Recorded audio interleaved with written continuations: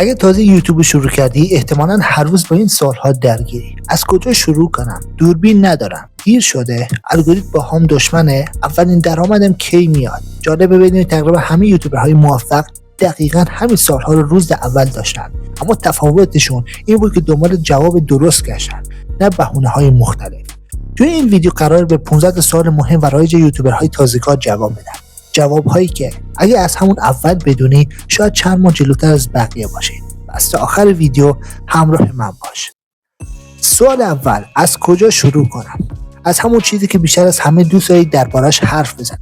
بزرگترین اشتباه تازه‌کارها اینه که دنبال موضوعی میرن که فکر میکنن پولسازه، نه موضوعی که حاضرن 1 سال دربارش محتوا بسازن. از خودت یک سوال بپرس، اگه هیچ درآمدی نباشه واسم درباره این موضوع ویدیو میسازم یا نه؟ اگه جوابت مثبته، مسیرتو درست انتخاب کرد. برای شروع باید حتما دوربین حرفه‌ای داشته باشم؟ نه خیر. واقعیت اینه که کیفیت محتوا از کیفیت دوربین مهمتره. خیلی از کانال‌های مینی و سابسکرایبی با موبایل شروع کردن. مثال اگه بزنم آریا کوکسل، حتما ویدیوی اولش رو ببینید. نور خوب، صدای واضح و محتوای مفید و ادیت خوب از دوربین 100 میلیون تومانی ارزشش خیلی بیشتره. اولین ویدیو باید کامل و بی‌نقص باشه. اصلا اولین ویدیو اکثر یوتیوبرهای معروف رو امروز ببینی احتمالاً تعجب میکنه. همه از یه جای معمولی شروع کردن. کمالگرایی بزرگترین دشمن شروع کردنه. اول منتشر کن، بعد بهترش کن. چند وقت طول میکشه رشد کنم؟ هیچ عدد ثابت وجود نداره. ممکنه یک ویدیو بعد از 2 روز وایرال بشه، ممکنه بعد از 6 ماه. یوتیوب بیشتر از اینکه سرعت پاداش بده، استمرار رو پاداش میده. هفته چند ویدیو منتشر کنم؟ هر تعدادی که بتونی همیشه ادامه بدی. اگه هفته 3 ویدیو منتشر میکنی ولی بعد از 1 ماه خسته میشی، بهتر هفته 1 ویدیو با کیفیت تر منتشر کنی. ثبات از تعداد مهمتره. الگوریتم یوتیوب دقیقاً چیه؟ الگوریتم دشمن تو نیست. وظیفه الگوریتم فقط اینه که بهترین ویدیو رو به مناسب ترین مخاطب نشون بده. اگه مردم روی ویدیو کلیک کنن تا آخر ببینن و تعامل داشته باشن، الگوریتم خودش حسابی کمکت میکنه. عنوان مهمتره یا تامنیل؟ هر دو. این دو مثل در ورودی یک مغازه هستن. اگه عنوان جذاب باشه ولی تامنیل ضعیف باشه، کلیک نمیگیری. برعکس، اگه تامنیل عالی باشه ولی تایتل مبهم باشه، بازم کلیک کم میشه. این دو باید کنار هم قرار گرفته باشن. اگه بازی نگرفتم یعنی محتوام بده؟ نه لزوما. گاهی مشکل از عنوانه، گاهی از تامنیل، گاهی از شروع ویدیوه.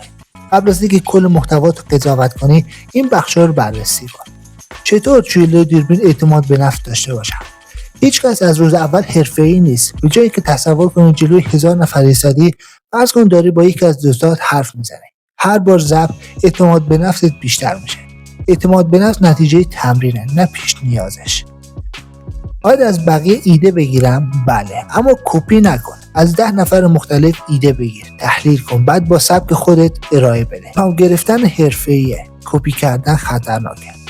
درآمد یوتیوب از کی شروع میشه؟ اول باید شرایط درآمدزایی رو به دست بیاری. اما حتی قبل از اون همیشه از همکاری تبلیغاتی، فروش محصول یا خدمات افیلیت مارکتینگ یا جذب مشتری درآمد داشت. پس درآمد فقط به ادسنس محدود نیست.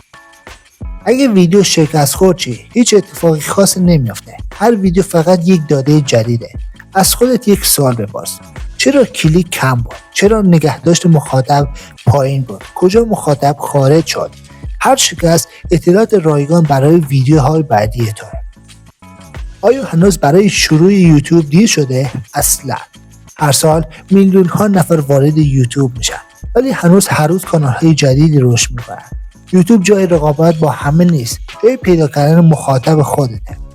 مهمترین مهارت یک یوتیوبر چیه؟ داستانگویی. حتی اگه آموزشی کار کنی، اگه سرگرمی تولید میکنی، اگه ولاگ میسازی، کسی موفق داره که بلد باشه مخاطب رو تا آخرین ثانیه نگه داره. اگه فقط یک توصیه برای موفقیت در یوتیوب داشته باشی، اون چیه؟ نظر خودم صادقانه میخوام بهتون بگم. منتظر انگیزه نباش، برنامه داشته باش. انگیزه میاد و میره، اما عادت تو رو به موفقیت میرسونه. اگه هر هفته بدون وقفه ویدیو بسازی، هر بار کیفیت تو فقط 1% بهتر بشه و از آمار ویدیوها دست بگیری، بعد از 1 سال خودت از دیدن پیشرفتت شگفت زده میشه. اگه تازه یوتیوب شروع کردی بدون که همه یوتیوبرهای بزرگ از صفر شروع کردن. فرق بین کسی که موفق شد و کسی که جازت استعداد نبود ادامه دادن بود. حالا نوبت توه. از بین 15 سوال کدومش بیشتر ذهنت درگیر کرد؟ حتما توی کامنت ها بنویس تا با هم درباره‌اش صحبت کنیم. اگه این ویدیو برات مفید بود حتما لایک کن و کانال رو سابسکرایب کن، چون قراره کلی آموزش‌های کاربردی برای رشد سریعتر توی یوتیوب منتشر کنم. تا ویدیو بعدی، خدا یار و نگهدار.